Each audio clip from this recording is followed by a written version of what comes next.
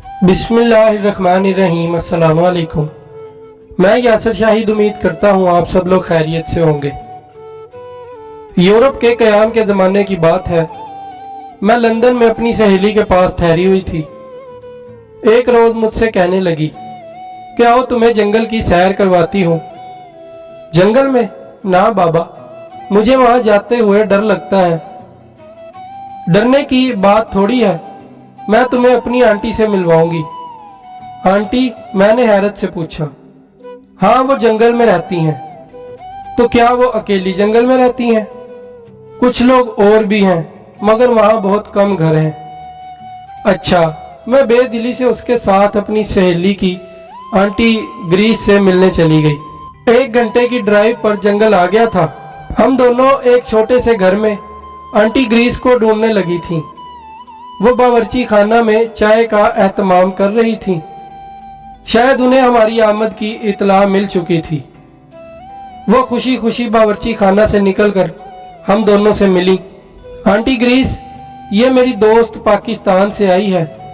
Welcome my darling, उन्होंने मेरा मुंह चूमते हुए कहा। हम लोग उस वक्त लिविंग रूम में बैठी थी। आंटी ग्रीस चाय बनाकर ले आई थी, साथ चॉकलेट और बिस्किट भी थे। चाय पीते हुए मैंने सारे घर का जायजा लेना शुरू कर दिया था। सुनसान घर, और वो भी उस घने जंगल में 3-4 घरों में से एक था। कुछ फासले पर 3-4 घर और भी थे। अक्सर शिकारी वहां आकर ठहरते थे। उन घरों में सिवाय चौकीदारों के और कोई नहीं रहता था। मगर ये बूढ़ी खातून इतनी बहादुर थी कि वो अकेली उस घर में रह रही थी। सारे घर में सन्नाटा छाया हुआ था। मुझसे रहा ना गया और मैंने पूछ ही लिया था, आंटी आप अकेली इस घर में रहती हैं, बच्चे नहीं हैं क्या? बच्चे 2 हैं। अच्छा, तो किधर है? उनकी शादियां हो चुकी हैं, अपने अपने घरों में मसरूफ हैं। कभी कभार आ जाते हैं। मैं उस वक्त बहुत खौफजदा हो रही थी तो उनसे पूछ बैठी थी, आंटी आपको अकेले घर में डर नहीं लगता? मेरा मतलब ये है कि शहर में घर होता तो अकेले रहने में कोई कबाहत नहीं थी, मगर यूं अकेले रहना तो बहुत ही मुश्किल है। मैं अकेली तो नहीं रहती हूँ, बहुत से लोग मेरे साथ रहते हैं। चाय पीने के बाद वो हमें बरामदे में ले गई थी। कमरे से एक सीटी उठा लाई थी और सीटी को बजाना शुरू कर दिया था। अभी चंद ही लम्हे गुजरे होंगे तो बहुत सारे परिंदे आकर उनके कंधों पर बैठ गए। रंगारंग के खूबसूरत परिंदे थे। वो मुस्कुराई और बताने लगी, ये मेरे साथी हैं, मेरे साथ खाना खाते हैं, मैं इनसे बातें करती हूँ। देखा, ढेर सारे बच्चे हैं। वो एक परिंदे के मुंह को चूमते हुए बता रही थी। मैं हैरान सी आंटी ग्रीस को देख रही थी, जो उन परिंदों के साथ खुशो खुर्रम दिखाई दे रही थी। मेरी हैरानगी को देखते हुए वो मुझसे गोया हुई, ना सिर्फ परिंदे मेरे बच्चे हैं, बल्कि 2 बिल्लियां और 2 कुत्ते भी हैं। मैं परेशान हो गई थी, पूछ ही ना सकी थी।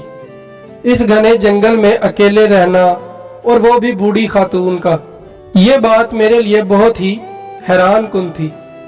सिर्फ परिंदों को अपनी औलाद बनाया हुआ था। आंटी ग्रीस ने 2 बिल्लियों को बुलाया और वो चुपचाप आकर उनके करीब बैठ गई थी। कुत्ते उस वक्त कहीं घूम फिर रहे थे। आंटी, ये जानवर यानी कुत्ते और बिल्लियां आपस में लड़ाई नहीं करते? मेरी बात का जवाब देते हुए बताने लगी, पहले पहल तो इनकी लड़ाइयां होती थी, मगर मैंने इनकी तरबियत करने में बड़ी मेहनत सर्फ की है।